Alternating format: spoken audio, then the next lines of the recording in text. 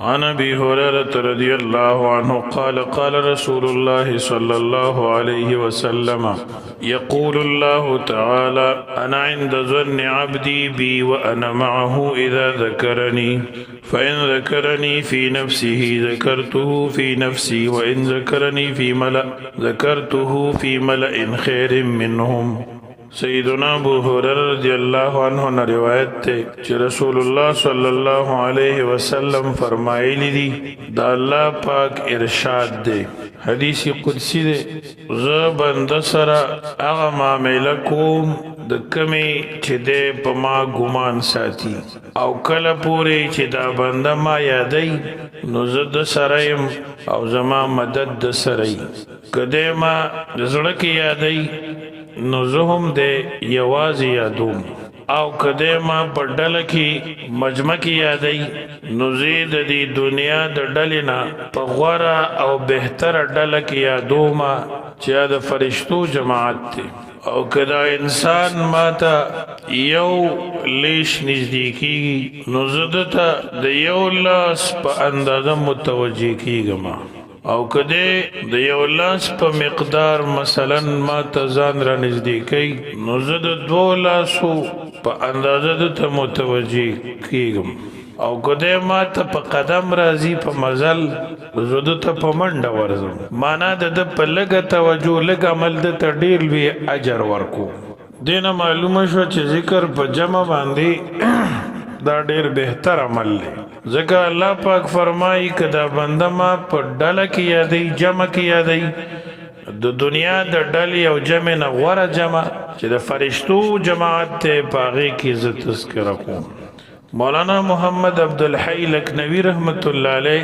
صباحت الفکر فی استحباب الاجتماع بالذکر کی لکلی دی نور علماء د حدیث هم لیکلی دي چې دینه معلومه شوه چې ذکر په جمع باندې ډیر افضل عمل دی. یو صحابي راغی د الله پیغمبر ته عرض وکړ اے د الله پیغمبره د شریعت احکام خو ډیر زیات دي فاخبرني بشيء اتشبث به قال لا يزال لسانك رطبا من ذكر الله ما ته یو نفلی عمل خیا چې زه هغه په مضبوطیا سره رونی سم او ډیر په اهتمام په عمل کوم او د زندګۍ وظیفه جوړ کم. نبی کریم متو فرمایل ستا جبه همیشه د الله په ذکر باندې لوندوي. دا رنګ پیغمبر پاک صلی الله علیه وسلم فرمایي ک یو سړی دی او د هغه په لمن کې ډیر زیاتې پیسې وي جولای کې چولی وي او تقسیمه او بل بنده د الله ذکر کوي د الله ذکر کوون کې د دې نفلی صدقه کوون کې نه بهتر دی. پیغمبر پاک صلی الله علیه وسلم فرمای لیس یتحسر اهل الجنه الا على ساعه مرت بهم لم يذكر الله تعالی فيها. جنت ته جنتیان لاړ شي دیت به د دنیا هیڅ ارمان نه مگر پاغه سات پسې بډیر خفای کم چې په دنیا کې د دینه بغیر د الله د ذکر نه تیر شوی. دو صحابه دي ابو هريره او ابو سعید رضی الله عنهما دا دواړه د دې خبرې گواہی کوي چې الله پیغمبر پاک صلی الله علیه وسلم فرمایي دا سه خلق نشته چې راجم شي او د الله ذکر کوي مگر د رحمت فرشتي د دینه ګیرا اچي او د رحمت خدا د الله رحمت په دې دومره ډیر وی چې د الله په رحمت کې پټيږي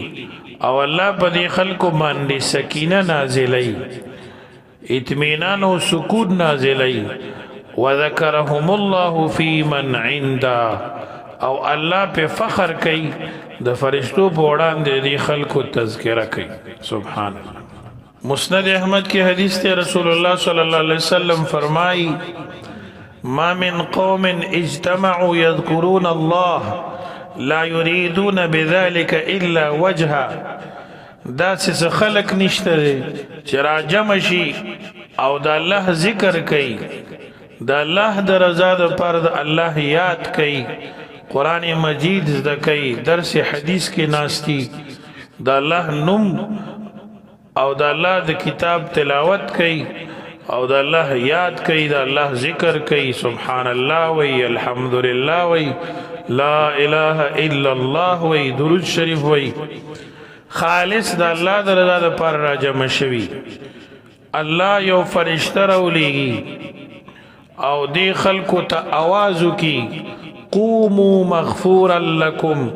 قد بدلت سیئاتکم حسنات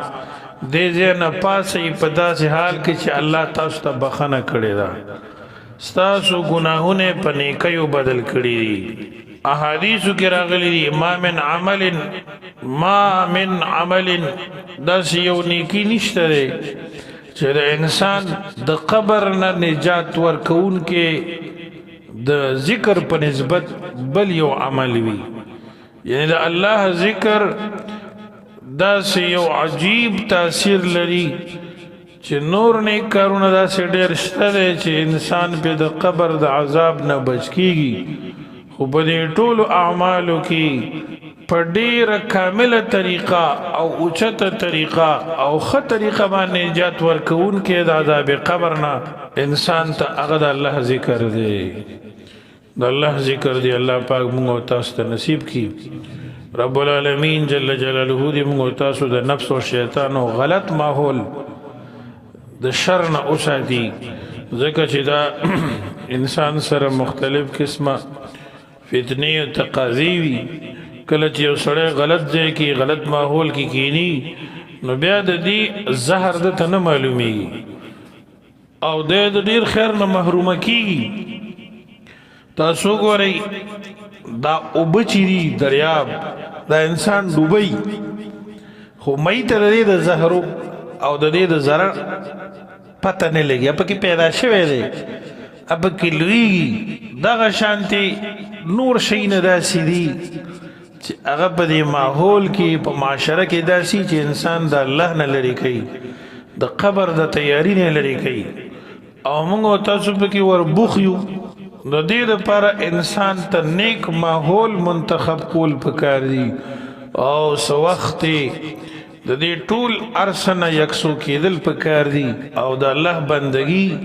دې ته متوجه کېدل سره انسان بیا د دې د نقصاناتو نه الله خبري یو سړی که د دین هر کار کوي او لوی خدمت ورې نه کوي خود ته خلوت په کار دی فاذا فرغت فانصب والى ربك فارغب دا د الله پیغمبر ته الله فرمایي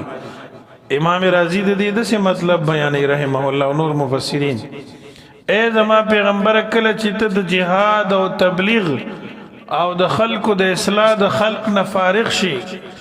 د اصلاح خلق د کار نه فارغ شي نو فرغب الله ته رغبتو کا الله ته متوجه شه فاذا فرغت فانصب کله چې ته فارغ ځان ستړی که په عبادت کې په ذکر کې یادولو د الله کې والى ربك فرغب او خپل رب ته رغبت اختیار کا علماء تفسیر لیکي چې هر دینی کار کوونکی ته پکار دي چې د ورځې یو غنټه دوه داسې وي چې د الله ته متوجي وي او د الله یاد کوي نو دې سره به د باطن تزکیه کیږي او که چرته کې دې دا کار نه کوي نو د به دا زړه د دې ګناه د خیري نه نورم زیاتېږي او په ده باندې به بد اثر غورځي